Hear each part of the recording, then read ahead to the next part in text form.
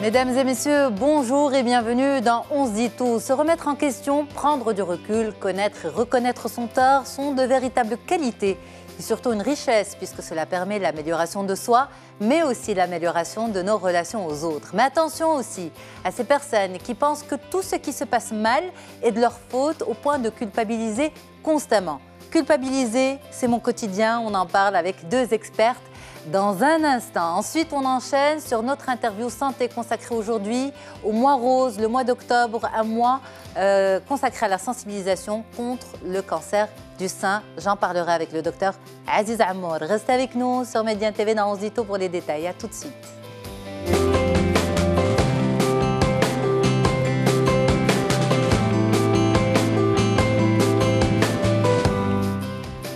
Et avec moi sur le plateau pour parler de ce sujet autour de la culpabilité, Rita Msfer, psychologue et psychologue du travail, psychologue clinicienne. Bonjour Rita Msfer, c'est un plaisir de vous avoir. Merci. Merci beaucoup d'être là. Et Rita Tahri, bonjour, vous êtes psychothérapeute. Mesdames, merci beaucoup d'être là. Alors, justement, un petit tour de table. Est-ce que vous recevez dans vos cabinets respectifs, mesdames, des patients qui se plaignent de constamment penser qu'elles font mal les choses, que tout ce qui se passe autour d'elles est de leur faute? Rita Msfer, je commence par vous. Oui, bien entendu. Bien sûr, comme on reçoit aussi d'autres patients qui ont le sentiment que quoi qu'il se passe, ils n'y sont pour rien, ils sont victimes de ce qui se passe. Donc les deux situations sont problématiques. Les deux situations sont problématiques. Mais notre sujet aujourd'hui, c'est la culpabilité. Je culpabilise constamment. Mais est-ce qu'on vient avec est-ce qu'on l'exprime clairement? Est-ce qu'on vous dit tout ce qui se passe est de ma faute?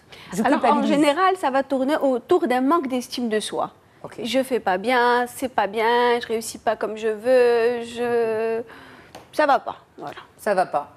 Et on vous le dit clairement? Ah oui, bien sûr. D'accord. Bien sûr. Et puis même ceux qui le disent pas clairement, au bout de quelques questions, ça va être visible. D'accord. C'est la même chose pour vous, Rita Tahri? Alors pour moi, je trouve que les patients qui arrivent avec une problématique de culpabilité, la culpabilité n'arrive pas à visage découvert. Moi, je découvre ça plutôt à travers des comportements répétitifs de la personne. Et même souvent, quand j'ose signaler qu'il y a peut-être un sentiment de culpabilité, ils sont dans le déni. Non, je ne culpabilise pas du tout.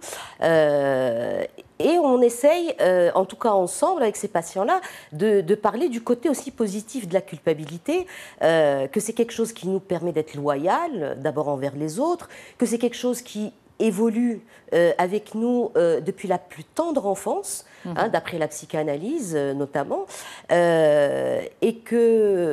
et on essaye vraiment de différencier entre la culpabilité qui fait suite à une faute, où on a transgressé des normes, et le sentiment de culpabilité qui est beaucoup plus subjectif et qui, généralement, est relié à des crimes imaginaires. D'accord. C'est différent, le sentiment de culpabilité de la culpabilité? Absolument. La culpabilité fait partie, c'est vraiment quand il fait, c'est la traduction émotionnelle d'une faute. Oui, mais pardon, cette faute est toujours liée à une subjectivité. Alors elle est niée, elle est généralement liée à une norme sociale, oui, aux mais lois. Mesdames, ne rentrez pas dans un débat de psychologie qui serait supérieur aux téléspectateurs, dans la mesure où ce que je vous demande... Non, mais c'est très simple, c'est-à-dire que ce qu'on dit nous en psychologie, c'est que c'est toujours lié à un sentiment, dans la mesure où un même comportement peut être fait par deux personnes différentes. L'une trouvera systématiquement les moyens de justifier ce qu'elle fait. Par exemple, le pervers ne connaît pas ce sentiment de culpabilité. Il va toujours rejeter sur l'autre. J'ai fait ça parce que l'autre, j'ai tapé ou j'ai... Tu parles déjà du cas du psychopathe. C'est-à-dire celui qui ne ressent jamais de sentiment de culpabilité. On n'est pas peut-être dans la pathologie, mais on est dans le fonctionnement. Dans la généralité. Peut avoir, par rapport à son éducation, ses valeurs, des comportements pervers.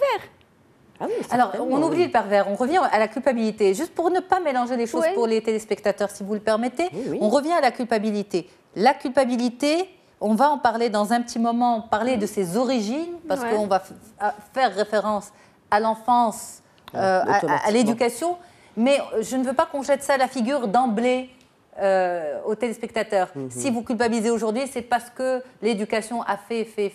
Donc, il y a l'éducation, mais il y a aussi, quand on devient adulte, le travail qu'on fait sur nous-mêmes. D'accord. On ne peut pas éternellement on va y revenir dans un moment. On ne brûle pas les étapes.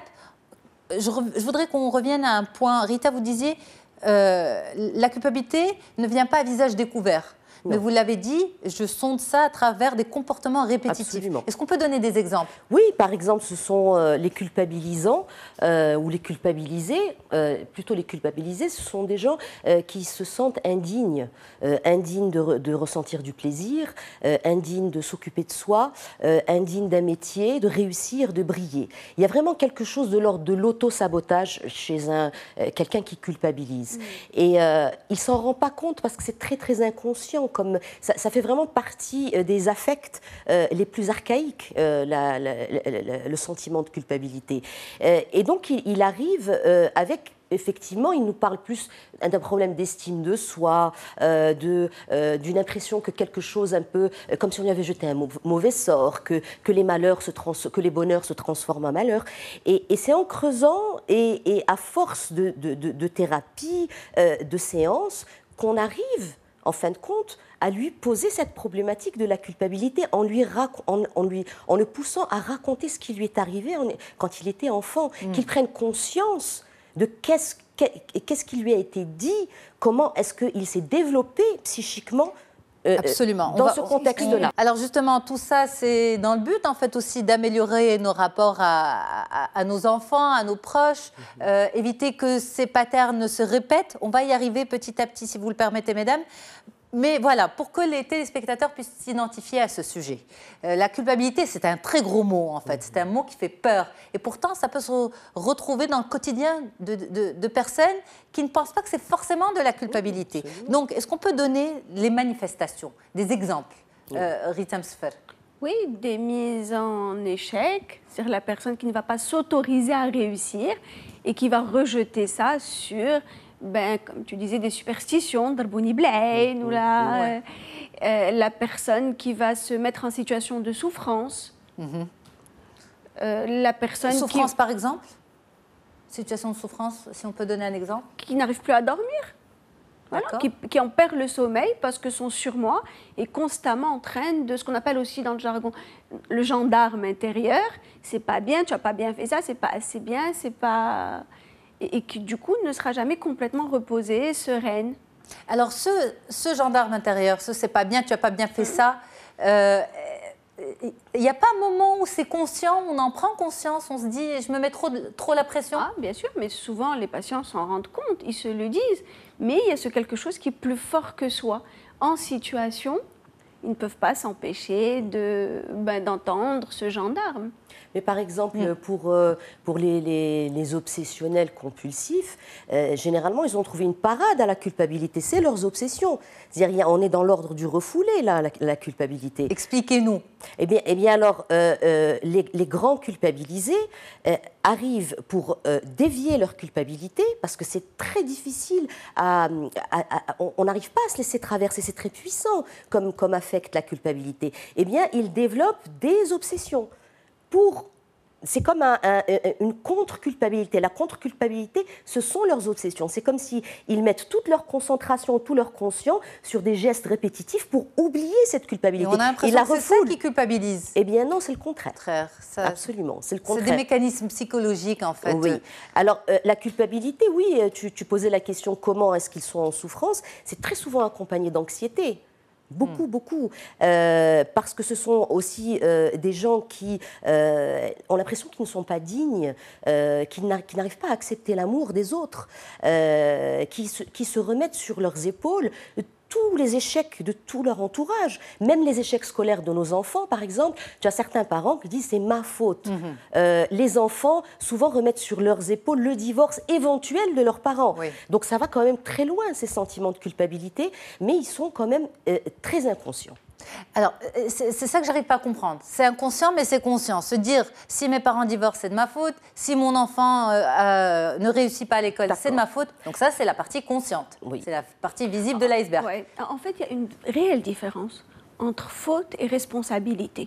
Que des parents se disent, effectivement, la réussite de mes enfants dépend en grande partie de nous, nos parents, il n'y a rien d'étonnant. Mais ce n'est pas une faute, c'est une responsabilité. Or, souvent, les gens qui vont culpabiliser vont confondre responsabilité, sentiment de responsabilité et le fait d'avoir commis, entre guillemets, une faute. C'est-à-dire que en psychologie, le terme faute n'existe pas. On ne parle que de responsabilité. C'est-à-dire que le pendant négatif de la responsabilité, c'est la culpabilité. D'accord. C'est vraiment une finalité quand le sentiment de responsabilité reçoit trop de pression par rapport à des normes, par rapport à des impressions qu'on a mal fait les choses. Ça peut commencer très tôt ? Oui, ça commence très tôt. Oui. Chez les enfants, un des symptômes d'un enfant qui culpabilise, c'est le fait de se ronger les ongles. D'accord. Et on voit des tout petits se ronger les ongles. Oui, bien sûr. La culpabilité commence avec le complexe d'Oedipe. Donc vers l'âge de 3 ans. Ok. Et c'est toujours lié à un triangle oedipien, la relation à la mère, la relation au père et comment est-ce que l'enfant se positionne entre les deux dans le couple. Est-ce qu'on va dire que c'est la culpabilité la plus normale pour les spécialistes ? L'enfant culpabilise dans cette relation ? C'est une culpabilité presque normale ? Oui, mais encore une fois, comme disait Freud, la différence entre la normalité et la pathologie est une différence de quantité. Ouais. Heureusement qu'on a de la culpabilité, qu'on en ressent. C'est ce qui fait qu'on peut tous vivre ensemble. Mais tous les enfants ne se rongent pas les ongles. Parce que les quantités sont différentes. Un enfant et un adulte qui culpabilisent trop, effectivement, c'est pathologique, c'est problématique. Mais celui qui ne culpabilise pas non plus, c'est aussi problématique. Absolument. Et pour rebondir, il y a Mélanie Klein qui est allée encore plus loin. Qui est une psychanalyste. D'accord. Qui est allée encore plus loin et qui dit que même le nouveau-né sent son insuffisance, c'est-à-dire il voit ses adultes et ses parents marcher, parler, prendre les objets quand ils le veulent et que lui n'y arrive pas. Et déjà la culpabilité, d'après ses recherches, à Mélanie Klein, commence à cette époque-là. Donc on est bien avant le complexe. C'est pas de la frustration ? Alors c'est de la frustration, certainement, parce qu'il n'arrive pas à être à la hauteur des personnes qu'il aime, mais il y a aussi de la culpabilité de ne pas pouvoir être à la hauteur de tout cela. Oh, ça va très loin. Ça va très très loin, c'est très archaïque. C'est très archaïque. Ça commence avec la vie sociale et l'intégration des interdits. Oui. Bon, on revient à ce qu'on peut... on revient sur Terre. On revient sur Terre, exactement. C'est très palpable. Hein. C'est le débat. Les mamans qui vont faire dormir leur fils dans leur lit. Oui. Et qui, du coup, l'enfant sent qu'il prend la place du papa. C'est de la culpabilité ? Bien sûr que c'est de la culpabilité parce qu'il sent qu'il n'est pas... La maman ou l'enfant ? L'enfant. Il culpabilise ? La maman peut aussi culpabiliser, mais c'est l'adulte normalement qui l'enfant culpabilise de prendre la place du conjoint. Et d'ailleurs, tu fais bien de le dire parce que c'est une culpabilité liée à la sexualité, entre guillemets, et elle est encore plus... Parce que c'est l'intimité des parents. Et oui, elle est encore plus puissante, celle-là, quand l'enfant pense qu'il a pris la place du parent du même sexe. Ça, c'est une culpabilité très violente. D'accord, mais quand vous dites la maman fait dormir le petit dans son lit, est-ce que vous parlez d'âge précis ou Non. Ce qu'on dit, c'est qu'à tout âge, l'enfant gagne à dormir. Absolument. Maintenant, ce n'est pas toujours possible. Mais dans une situation... quand c'est possible, bien sûr, qu'il soit à sa place, que le couple soit ensemble. Attention, quand je dis le couple, ça peut ne pas être le père et la mère. Il y a des situations où les parents ont eu à se séparer, où chacun s'est retrouvé seul avec l'enfant quand il est... Mais il ne faut pas investir l'enfant de... Complètement. Le travail, pour la maman comme pour le papa, peut être un excellent moyen de séparer l'enfant de sa maman psychiquement. L'enfant sait que la maman adore son travail, qu'elle va travailler, qu'elle revient, qu'elle est avec l'enfant, mais qu'il y a quelque chose de plus puissant qui les sépare. Ok. On va aller vers les origines de la culpabilité. Ces personnes qui, quoi qu'il se passe de négatif, vont en fait le grossir, alors que c'est un petit point, pensant que c'est de leur faute, et donc ça prend de l'ampleur en termes d'émotions et de ressenti. Oui, parce que ça vient réveiller ce qu'on disait à l'instant, qui est quelque chose de beaucoup plus profond. Ce pourquoi je casse ce verre, je m'en veux, mais ça ce n'est que le symptôme, c'est que la partie visible de l'iceberg. Mais derrière, je m'en veux pour des choses bien plus structurantes, dont le complexe d'Oedipe. Dont le complexe d'Oedipe, mais il n'y a pas que ça. Il n'y a pas que ça, ou c'est la principale raison? C'est la base. Si je peux me permettre, c'est ce qu'il y a de plus archaïque dans la culpabilité. Ce complexe d'Oedipe, hein, pour reprendre, mais il y a aussi le fait que notre société pose des normes de perfection et de sainteté. Donc, quoi qu'on fasse, hein, et pour dire, c'est des sentiments de culpabilité qui sont objectifs, parce que notre société pose vraiment tout cela. Quoi qu'on fasse, on a l'impression qu'on est toujours en échec par rapport à cette image idéalisée qu'on nous a imposée. Si tu y rajoutes le surmoi, qui est ce fameux gendarme interne qui te dit tout le temps « laisse tomber tes désirs, tu te complais dans ta médiocrité », tu sais, cette petite voix à l'intérieur, eh bien, tu vois quel degré de culpabilité dans lequel on vit. Oui, mais moi j'ai du mal à comprendre, et peut-être une partie des téléspectateurs aussi, comment tout est lié à une toute petite période de la vie. Si on revient à l'histoire du complexe d'Oedipe, ça commence à un âge précoce et ça se finit très tôt aussi. Il y en a pour qui ça se finit jamais. Ça, c'est la spécialiste qui le dit. Oui, bien sûr. Mais voilà, comment tout est lié uniquement à une partie de la vie de l'individu, pardon de vous interrompre, avant même qu'elle n'ait, on va dire, la possibilité d'intervenir dans sa propre vie. Le complexe d'Oedipe, c'est de quel âge à quel âge? C'est 5-6 ans à peu près. 5-6 ans. Oui. Voilà. 5-6 ans, à 5-6 ans, ou 5-7 ans, on va dire. Non, plutôt, même avant, 3 ans et demi, 3 ans. C'est vraiment quand les interdits commencent à se poser. Je n'ai pas le droit de me marier avec maman, je n'ai pas le droit de me marier avec papa, et pourtant c'est... c'est mon désir. Voilà, c'est le premier amour. Et c'est sur cet interdit-là, qui est l'interdit de l'inceste, que tous les autres interdits de la vie vont reposer. C'est parce que nous avons admis, avalé, intériorisé l'interdit de l'inceste que nous pouvons accepter tous les autres interdits. Et c'est ce qui nous distingue de la folie. Mais justement, ça c'est bien. On a ouvert la parenthèse pour expliquer ce qu'est le complexe d'Oedipe. Mais comment une partie aussi courte de la vie de l'individu va le conditionner à vie? Alors, si je peux me permettre, c'est la grande critique qui est faite en ce début de siècle à la psychanalyse, qui est beaucoup remise en question. D'abord parce que tout est relié à la sexualité dans le sens psychanalytique de la chose, et qu'effectivement, beaucoup de gens posent cette critique que ça a été prouvé par d'autres approches qui sont humanistes, hein, qui sont arrivées après, que c'est pas possible que tout soit conditionné dans cette phase-là. Après, c'est des obédiences. Tu as des écoles qui restent psychanalytiques et d'autres pas. Voilà. Alors, on va, si c'est possible, revenir à ce que le sens commun peut entendre, à savoir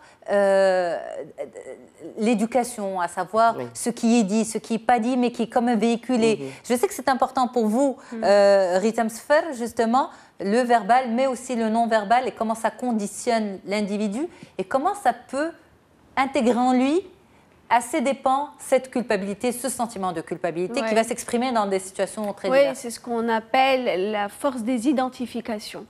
Je vais vous donner un exemple tout simple. Il y a quelques années, j'ai eu à accompagner des jeunes en situation de précarité familiale, des jeunes pour qui une association avait fait, je peux la nommer, L'Heure Joyeuse, avait fait un travail formidable et fait toujours un travail formidable pour accompagner des jeunes à la réinsertion, mais vraiment à étudier, à obtenir leur bac, à une insertion professionnelle. Et puis il y a quelques années, la question s'était posée en disant mais on ne comprend pas, c'est des jeunes qui travaillent bien tout au long de la scolarité, assidus, qui ont de bonnes notes. Et puis arrivé le jour du bac, ils ne se présentent pas. Ils ne se présentent pas, ils ont des notes qui ne leur permettent pas d'obtenir leur bac, alors que tous les ingrédients étaient là pour qu'ils l'obtiennent. Ou d'autres qui intègrent, qu'on aide à intégrer une structure professionnelle. Une structure professionnelle. Et puis le premier conflit, ils vont tout lâcher et partir, alors que c'est des jeunes dont le salaire, ce salaire qu'ils vont toucher à la fin du mois, va leur permettre de nourrir toute une famille. Donc ils ne sont pas dans ce luxe de pouvoir claquer la porte, encore moins que d'autres. Et puis quand on s'est intéressé à la question de manière plus précise, ces jeunes me disaient « Qui je suis, moi, pour obtenir mon bac ? Personne avant moi ne l'a jamais obtenu dans la famille. On me dit, mon oncle est en prison, mon père est en prison, qui je vais être pour finalement les dépasser. Vous imaginez l'énorme sentiment de culpabilité de pouvoir réussir. Et finalement, en réussissant, ils sortaient de cette lignée familiale où c'était des hommes et des femmes qui ne réussissaient pas, qui étaient dans des professionnellement, absolument. Ça, c'est un exemple où on le voit beaucoup, des femmes mais aussi des hommes, hein, vraiment des femmes et hommes, qui se mettent en échec, entre guillemets, même si je n'aime pas ce mot, mais en difficulté conjugale, parce qu'autour d'eux, ils n'ont que des schémas de couples cassés. Des parents qui ne s'entendaient pas ou là, qui ont divorcé, des tantes, des oncles. Et finalement, si eux arrivent à être heureux en couple, c'est une trahison. C'est une trahison. C'est ça le sentiment de culpabilité. C'est de dire, mais pourquoi je ferais mieux que ceux qui m'ont précédé et qui ont contribué à ce que je suis aujourd'hui. On le voit aussi beaucoup dans le domaine sportif, où on a des gens très bons dans un domaine sportif, mais arrivent à obtenir des médailles. C'est un autre déclic sur le plan psychique qui consiste à accepter de dépasser les membres de sa famille. Alors moi, ce que tu parles, ça révèle. Ouais, ce dont parle Rita, c'est vraiment des patients qui se sentent responsables, coupables de crimes imaginaires. Moi, j'appelle ça les crimes imaginaires. Par exemple, surpasser les membres de sa famille, genre quelqu'un qui va devenir cadre supérieur tandis que son père était ouvrier, ça ne lui rentre pas dans la tête. Ça ne lui rentre pas dans la tête concrètement? Non, inconsciemment. C'est-à-dire que c'est avec la thérapie que ces gens-là, et avec les discussions et les échanges, qui s'en rendent compte. Avec la prise de conscience déjà, parce que souvent ils ne le savent pas. Oui, mais voilà, comment se fait la prise de conscience? On passe donc à l'autre étape. Non, mais j'ai hâte d'en savoir plus. Alors, est-ce que je peux te demander quelques secondes avant de passer à l'autre étape? Sûr. Parce que ces crimes imaginaires, j'aimerais bien en rajouter quelques-uns. Par exemple, les enfants qui se sentent fardeau aussi. C'est-à-dire que enfants, très vite, ils se sont sentis fardeau parce qu'ils n'étaient pas aussi intelligents que les parents voulaient qu'ils le soient, qu'ils étaient hyperactifs tandis que leur maman aimait bien rester au calme. Ensuite, tu as ceux qui pensent qu'ils ont volé l'amour de leurs parents en étant le préféré, par exemple. Et adultes, ils n'arrivent pas à accepter d'être aimés. C'est quelque chose ils refusent l'amour des autres parce qu'ils ont trop pris cette force vitale dont avait besoin la fratrie. Ensuite, tu as par exemple... Mais parce qu'on leur a dit? Ils peuvent juste le sentir. Le ressentir. Et ils vont juste le ressentir. Ensuite, tu as ceux qui ont trahi effectivement leur famille parce qu'ils ont des opinions politiques différentes, une religion différente, qui se sont mariés avec quelqu'un d'une autre contrée ou qui simplement ont osé critiquer leurs parents sur un mode de vie. Et là, ils ont l'impression qu'ils ont trahi. Même venir en thérapie, tu peux imaginer ça, que pour eux, venir en thérapie, c'est trahir leur famille, parce qu'en thérapie, ils vont devoir faire le constat que leurs parents ont fait certaines choses mal avec eux. Et pour eux, c'est trahir les siens. Donc, mais ce sentiment-là, avoir peur de trahir les siens, c'est un sentiment conscient ou inconscient? Oui. Conscient? Oui. Souvent inconscient aussi. Non, j'ai pas entendu la question, excuse-moi. Le sentiment d'avoir peur de trahir, c'est conscient ou inconscient? Non, c'est inconscient. C'est-à-dire que la prise de conscience se fait en thérapie, généralement. Comme ça, la prise de conscience se fait en thérapie. Comment se fait le déclic? C'est vraiment une partie importante de la discussion. Il y a une télécommande. On revient juste après une courte pause. Reste avec nous sur Média TV dans On se dit tout. Et puis n'oubliez pas ce sujet très très important, le point sur le mois d'octobre, Octobre Rose. On en parle dans quelques instants avec le docteur Aziz Amour. Reste avec nous sur Média TV. Et on revient sur le plateau d'On se dit tout pour continuer cette discussion autour de la culpabilité. Je culpabilise, c'est mon quotidien. Eh bien, on essaie de comprendre la situation avec les deux spécialistes, Rita Mzaffer et Rita Tahri. Mesdames, vous l'avez dit, la prise de conscience est un moment très important. Comprendre que son schéma de vie, finalement, a été en quelque sorte conditionné par une forme de culpabilité. Avant de répondre à la question, je voudrais quand même vous en poser une autre. Est-ce qu'il y a un profil de personne plus à risque, on va dire, de culpabiliser ou d'adopter ce genre de schéma de vie? Pourquoi dans une même fratrie, par exemple, certains vont, entre guillemets, vivre leur vie, peut-être avec d'autres problèmes, mais pas celui-là, alors qu'il il va y en avoir un qui est souvent dans le sentiment de culpabilité, qui pense que tout ce qui se passe de mal autour de lui est de sa faute, que si ses parents se disputent, c'est de sa faute, que si ses frères et sœurs ne réussissent pas, c'est de sa faute, que s'il a un conflit avec un collègue au boulot, c'est que c'est forcément de sa faute aussi. Rita Msfer. D'abord, même dans une même fratrie, on n'a jamais les mêmes parents.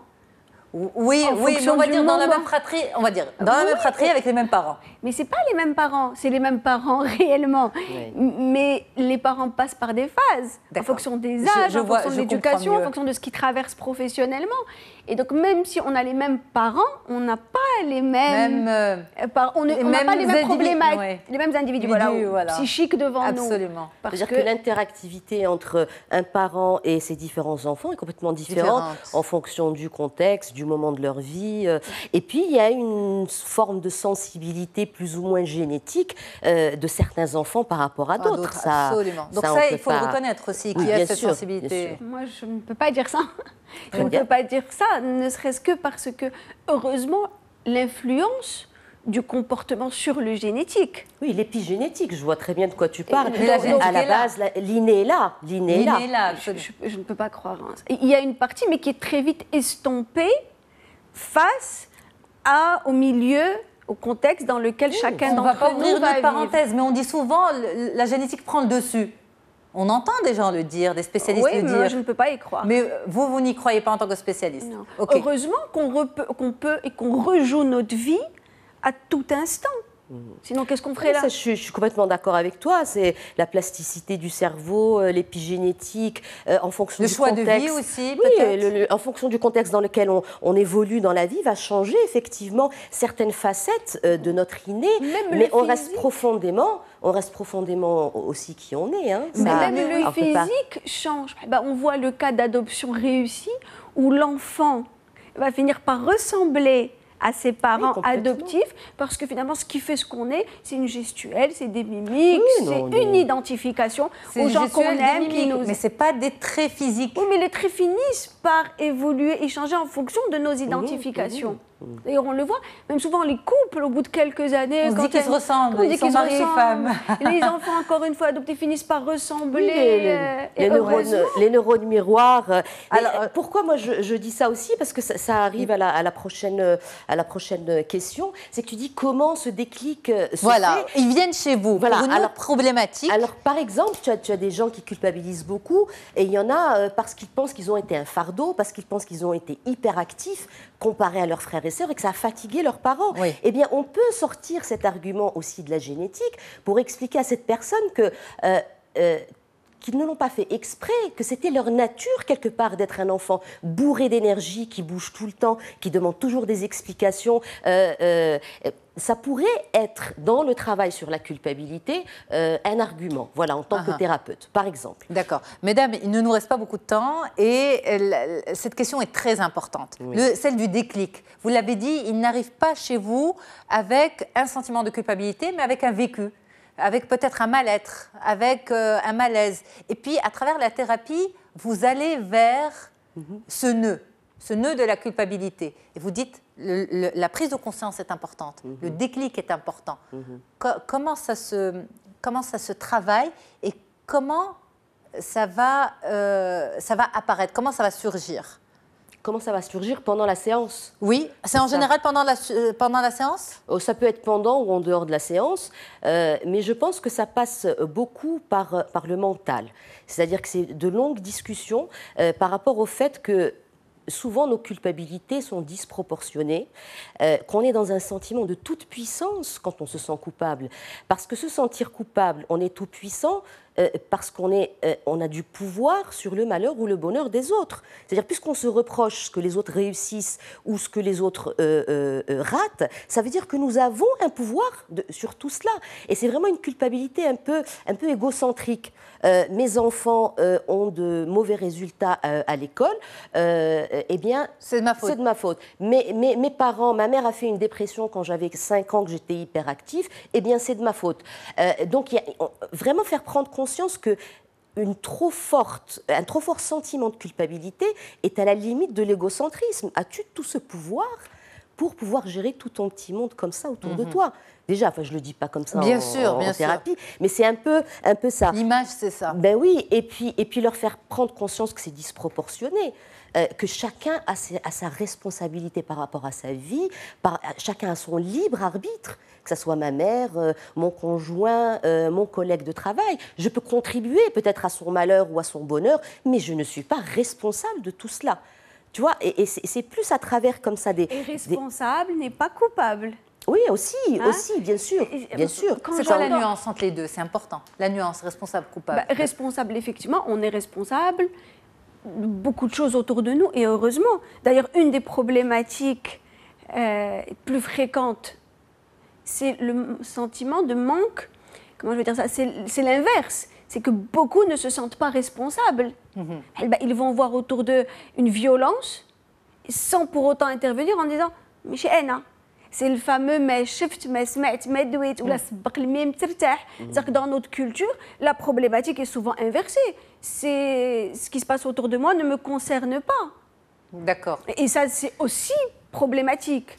Alors, ces personnes qui vont... Ça, c'est la responsabilité. Et donc, on gagne à avoir autour de nous des citoyens conscients, responsables, chacun en fonction de ses possibilités. La culpabilité, ce n'est pas la même chose. La culpabilité est liée à un sentiment de faute. C'est de ma faute. C'est de ma faute, j'ai mal fait. Donc ça veut dire que j'ai besoin d'être parfait. Or, ce qu'on travaille avec les patients, d'abord, c'est accepter nos failles et nos limites. Mais en tant qu'humain, on est manquant. D'accord, mais j'ai besoin d'être parfait. Est-ce qu'on m'a communiqué ça à un moment ou à un autre? Comment c'est entré en moi? Comment ça s'est ancré en moi? Ce besoin de perfection, ce besoin de plaire? C'est souvent lié à une éducation où la sanction est présente. Et donc, très vite, l'enfant, devenu adulte, va associer quelque chose de mal fait, entre guillemets, et une punition, une sanction, va être frappé. Donc, finalement, au début, ça vient par les parents. Je casse ce verre, je vais être puni. D'accord. Ensuite, les parents ne sont plus là, physiquement, en tout cas en permanence auprès de nous. Mais l'enfant a intériorisé le comportement des parents. Donc le parent n'est plus là pour frapper, mais l'adulte se frappe lui-même. Parce que finalement, il est en train de se faire souffrir. Par cette culpabilité. Par cette culpabilité. Et c'est le comportement de l'environnement qui devient intériorisé. D'accord. Et quand je dis les parents, c'est les parents, c'est la société, c'est les enseignants. Oui, c'est les adultes. Complètement.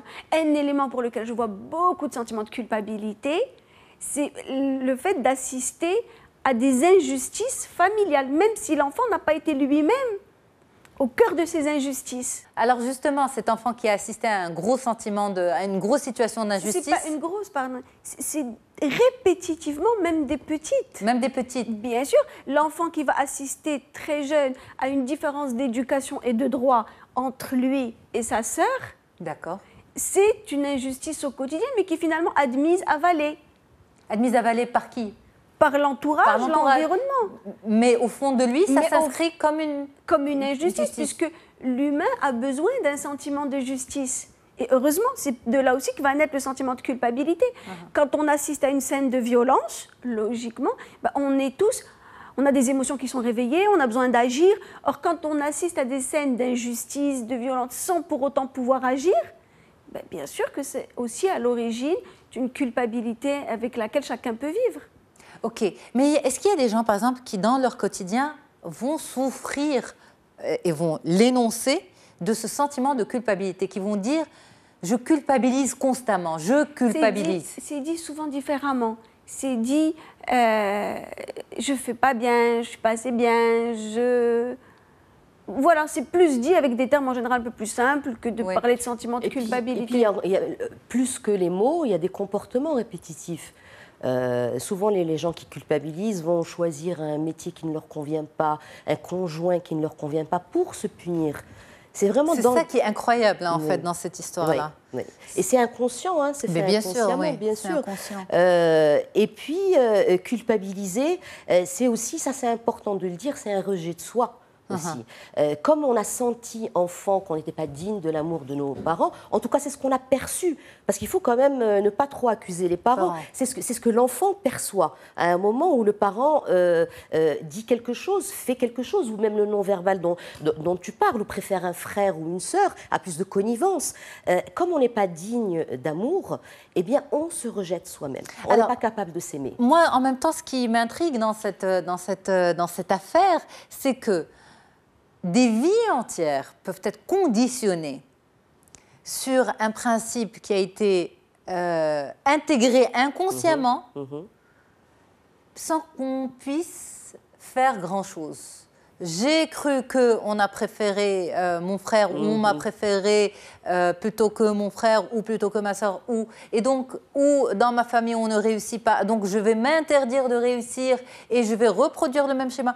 Et finalement je me retrouve aussi victime d'un fonctionnement alors que j'ai peut-être les capacités de réussir, de faire mieux et puis on n'y peut rien. Alors, qui t'a dit qu'on n'y pouvait rien? Alors, mais quand on est lancé dans une vie déjà, par exemple, vous l'avez dit Rita, quelqu'un peut choisir le mauvais conjoint pour se punir. Oui, absolument. Ben, ce conjoint, on est marié, on a des enfants. C'est pas le mauvais conjoint, c'est le conjoint qui convient à ce moment-là par rapport à cet état d'esprit. Oui, oui. C'est-à-dire chacun de nos comportements a un sens. Un conjoint qui convient à la blessure. Convient à la blessure. Et si tu veux, c'est comme si la blessure va mettre à chaque fois la personne dans une situation où la blessure va souffrir parce qu'elle veut être réglée, cette blessure. Mais je rattrape très vite ce que vous disiez il y a quelques instants. Qui t'a dit, Yasmine, qu'on n'y pouvait rien? Il nous reste peut-être 1 minute pour conclure. Alors, déjà, s'enlever l'illusion que toutes les culpabilités vont disparaître. Ce n'est pas possible. C'est-à-dire qu'on va apprendre à cohabiter avec celles qui persistent et faire les choses et les choix et se comporter en conscience que peut-être une culpabilité sous-tend cela. Et c'est une façon de dire s'accepter un peu comme on est. Avec nos failles, limites, et en tant qu'être manquant de beaucoup de choses. En tant qu'humain, c'est dans notre humanitude qu'on choisit et qu'on fait les choses, mais juste en conscience. Voilà. Juste en conscience. Et puis en cas de souffrance, ne pas hésiter à demander de l'aide et ne pas hésiter à regarder à nouveau cette émission sur mediantv.com. Merci beaucoup, mesdames. Rita Msfer, psychologue clinicienne, psychologue du travail également. Et puis Rita Tahri, merci beaucoup d'être psychothérapeute. Moi, je reste avec vous sur Média TV pour la suite, l'interview santé. À tout de suite.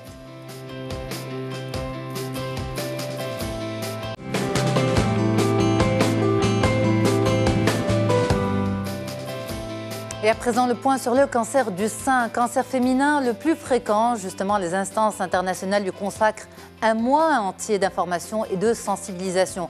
Avec nous pour en parler, le docteur Aziz Amour, médecin oncologue. Bonjour docteur, merci beaucoup d'être avec nous. Bonjour Yasmine, merci pour l'invitation. C'est un plaisir de vous avoir docteur. Justement docteur Amour, le mois d'octobre est également appelé mois rose en référence à cette campagne mondiale contre le cancer du sein. Un mois entier tout de même. Est-ce que ça veut dire que le cancer est mieux cerné, ce cancer du sein est mieux cerné, ou au contraire qu'il gagne du terrain? Oui, effectivement, on parle d'Octobre Rose et c'est bien d'en parler. Et en fait, cette idée d'Octobre Rose est venue de l'Organisation mondiale de la santé qui a prévu un mois pour sensibiliser les gens et sensibiliser la population générale à ce fléau qui touche presque de 14 millions de populations dans le monde. 14 millions de femmes. De cancer. Le mois rose, c'est pour le cancer du sein. Effectivement. Donc le cancer du sein représente aujourd'hui presque 1,5 million de nouveaux cancers du sein dans le monde. Chaque année. Chaque année. Absolument. Donc ça représente quand même un grand fléau. Et dans ce sens, l'Organisation mondiale de la santé elle a prévu tout un mois pour organiser des campagnes de dépistage, des campagnes d'information pour la grande population. Mais justement, c'est l'une des rares pathologies à, on va dire, entre guillemets, bénéficier d'autant de temps de sensibilisation. Souvent, on parle de journée mondiale. Là, on parle d'un mois, vraiment, d'un mois entièrement. Le mois d'octobre est consacré au cancer du sein. Je vous répète ma question, est-ce que ça veut dire qu'on prend un mois parce qu'on sait mieux expliquer ce cancer ou parce que plutôt il gagne du terrain? Alors, il faut savoir que la pathologie où le dépistage a montré le plus de résultats, c'est bien le cancer du sein. D'accord. Et c'est dans ce sens. Il a été démontré dans plusieurs études que lorsqu'on découvre le cancer du sein à un stade très précoce, on arrive à guérir ces patientes. La dernière étude, elle montre que lorsque la lésion elle est inférieure à 2 cm, sans atteinte ganglionnaire, on arrive à avoir des survies à 5 ans de 90%. C'est dire l'intérêt de faire ce dépistage. Et un dépistage, bien sûr, je suis tout à fait d'accord avec vous, Yasmine, il ne faut pas le limiter pendant seulement un mois. Il faut effectivement le prévoir sur le long de l'année, comme est le cas un peu en Europe, où le dépistage aujourd'hui est organisé d'une façon gratuite durant toute l'année. D'accord. Alors, un dépistage précoce, c'est la clé d'un bon traitement, d'une bonne prise en charge. Est-ce que ça veut dire, docteur Amour, Aziz, qu'on ne peut pas aujourd'hui prévenir le cancer du sein? Certains spécialistes disent non, on ne peut pas le prévenir. Vous nous dites quoi? Alors, ce qu'il faut savoir, c'est qu'il y a une population à risque et il y a une population normale. Alors, il y a le dépistage qui est fait d'une façon, c'est ce qu'on appelle le dépistage de masse, il est fait pour toute la population. Son objectif, c'est de détecter une maladie infraclinique, c'est-à-dire qui ne s'est pas encore exprimée cliniquement. Et il y a le dépistage qui vise une population cible, et cette population, effectivement, c'est une population à risque. Quelle est cette population? Alors, en gros, les études, il faut savoir qu'il y a beaucoup d'études, j'assiste régulièrement à des congrès internationaux, et chaque fois qu'on y va, il y a des centaines d'études qui sortent.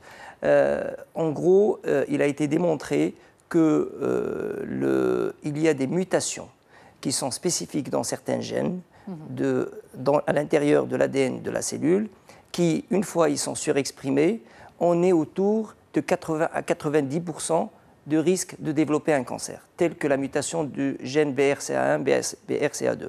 C'est entre parenthèses le phénomène d'Angelina Jolie, c'est-à-dire qu'il y a certaines équipes aux États-Unis qui vont jusqu'à exécuter une ablation des 2 seins à titre préventif.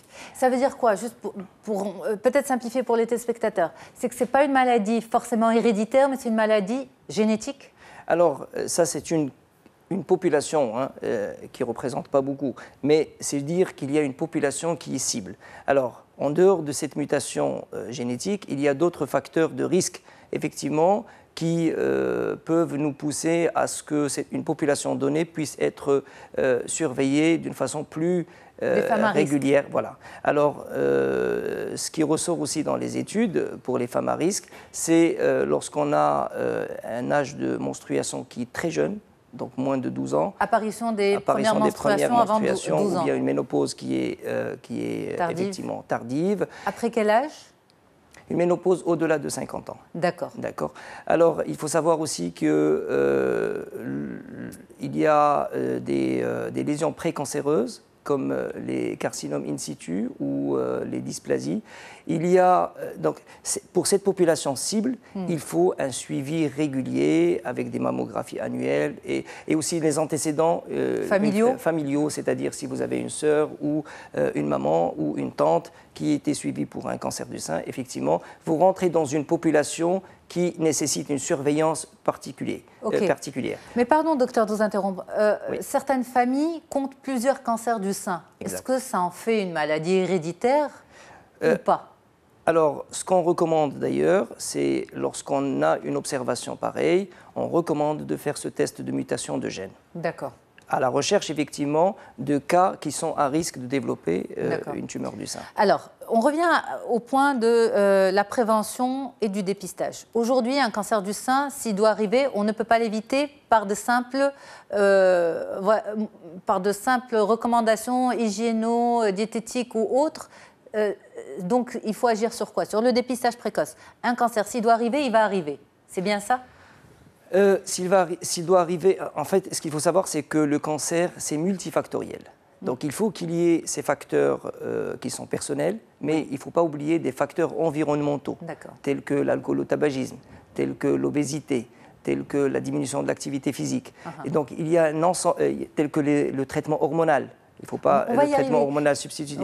Tous ces facteurs font que, effectivement, vous allez avoir ce cancer. Maintenant, quel est l'intérêt de ce dépistage ou bien de ce diagnostic précoce? C'est de détecter la lésion au début. il faut savoir que le sein est un organe qui est palpable, qui est visible, à la différence des autres organes, comme le poumon, comme le côlon. Et donc, si à travers vos campagnes et à travers donc toute la logistique qui se fait pendant ce mois de sensibilisation, si on arrive à informer la grande population comment se palper le sein à chaque fois qu'on prend sa douche, comment... se palper surtout après les menstruations? Exact. Effectivement, en dehors des périodes de menstruation. Si on apprend des petits gestes, on arrivera à détecter effectivement des petites lésions qui, une fois traitées correctement, seront guéries. Et justement, alors il y a aussi la barrière psychologique. Aller chez un médecin après avoir ressenti une boule, est-ce que, là encore, vous le dites, il est très important de venir très très tôt parce que c'est ce qui va faciliter la prise en charge, améliorer les résultats, mais en même temps, toute boule, toute masse ressentie au niveau de la poitrine ne veut pas forcément dire que c'est un cancer, docteur Amos. Exact. Mais je pense qu'on est obligé à pour dédramatiser la situation, pas pour dire aux gens n'allez pas consulter. À chaque fois qu'on touche une boule, il faut consulter un médecin. Maintenant, une boule ne veut pas dire cancer. Il y a effectivement des tumeurs bénignes telles que les adénofibromes, telles que certains kystes qui peuvent apparaître et disparaître selon la menstruation. Et donc, ce n'est pas obligatoirement cancer. Donc, il ne faut pas toujours avoir des idées noires et donc dire ne pas aller consulter le médecin d'emblée. Alors, vous avez évoqué un des facteurs de risque rapidement, mais je souhaite qu'on revienne dessus. Vous avez parlé du THS, traitement hormonal substitutif, qui est donné à la femme en période de préménopause et de ménopause pour pallier aux effets de la ménopause sur l'organisme. Alors, est-ce que c'est un facteur de risque, docteur Amos? Exact. C'est un facteur de risque. C'est confirmé à travers plusieurs études. Alors, ce qu'il faut savoir, c'est qu'il y avait auparavant des traitements à base d'hormones œstrogéniques pures. Cela, effectivement, ont conduit à une augmentation de l'incidence de cancer du sein en une période, c'était la période des années 80. Et depuis, ça a été arrêté. Aujourd'hui, on assiste à des traitements combinés, donc beaucoup moins nocifs. Alors, mais il y a une incrimination du traitement hormonal dans le cancer du sein. D'accord. Donc, les gynécologues, ils continuent à prescrire les THS? Parce que les gynécos parlent d'effets bénéfices-risques. Oui. D'effets bénéfices-risques des THS. Ils disent oui, non, on continue à prescrire les THS parce qu'ils apportent quand même plus de bénéfices à la femme que de risque cancer. Comme je vous ai dit, la molécule a changé. Ce n'est plus les œstrogènes purs. Ils ne sont plus sur le marché. Pour ne pas faire peur aux Exactement. téléspectatrices qui sont avec nous. Les choses ont changé. Ce n'est plus la même pilule qu'on prenait jadis. Aujourd'hui, c'est des pilules qui sont microdosées. Et d'ailleurs, la dernière méta-analyse d'Oxford qui a intégré effectivement ces pilules qui sont microdosées n'a pas pu mettre en évidence un effet significatif de la pilule sur le cancer. THS. Mais c'est vrai qu'il y a effectivement, on sait que le cancer du sein est une tumeur qui est hormonosensible et donc il y a un effet sur l'évolution des cellules tumorales du sein. Alors, vous l'avez dit, le dépistage précoce est très important parce qu'il améliore la qualité de la prise en charge. Il y a aussi cette barrière psychologique chez la femme, peur d'aller chez le médecin, peur de trouver un cancer, mais aussi peur de qu'est-ce qui m'attend en termes de prise en charge, en termes de coûts. Tout ça fait que le cancer, on sait que c'est une maladie, malheureusement, lorsqu'elle est là, elle dure dans le temps. Mais est-ce qu'elle est coûteuse aujourd'hui pour les patientes, docteur Amos? Exact. Je vous remercie pour cette question parce que c'est vrai que c'est le moment pour parler un peu de la réalité. La plupart des gens ne vont pas chez le médecin parce qu'il y a toujours cette idée du coût, de cette notion de maladie chronique. Et donc, parfois, ils se disent, c'est comme ça, c'est même pas la peine de se traiter. Alors, il faut savoir que les choses ont vraiment bien changé au Maroc. Depuis la généralisation de l'assurance maladie sur, donc, quand même aujourd'hui, on est autour de 40% de population marocaine qui est couverte par l'assurance maladie. Alors, cette assurance, ça dépend, donc il y a les gens qui travaillent à l'État et les gens qui travaillent dans le privé. Donc, elle couvre à hauteur de 95% donc, les frais de traitement et aussi les médicaments. Il y a également aussi les assurances privées qui couvrent autour de 80%. Et il ne faut pas oublier l'initiative du RAMED qui, effectivement, couvre à 100% les patients démunis au niveau des hôpitaux publics. Donc, en matière de coûts, aujourd'hui, il y a une bonne couverture qui arrive à assumer, effectivement, et aider le patient à assumer le coût de cette maladie. Il faut savoir que la maladie, le cancer du sein est une maladie chronique.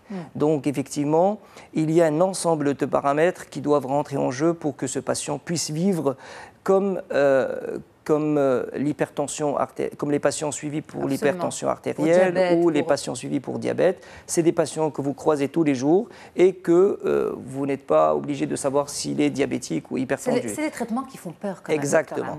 C'est la chimiothérapie, c'est les conséquences de la chimiothérapie. Exactement. Alors, il faut savoir que la recherche également, elle est énorme dans ce domaine et la plupart des médicaments qui sortent actuellement sont sous forme de comprimés. Et donc, le fait effectivement qu'il y a des comprimés que vous allez prendre au quotidien fait que vous n'êtes pas toujours obligé de venir à la clinique pour avoir votre cure de chimiothérapie. Voilà.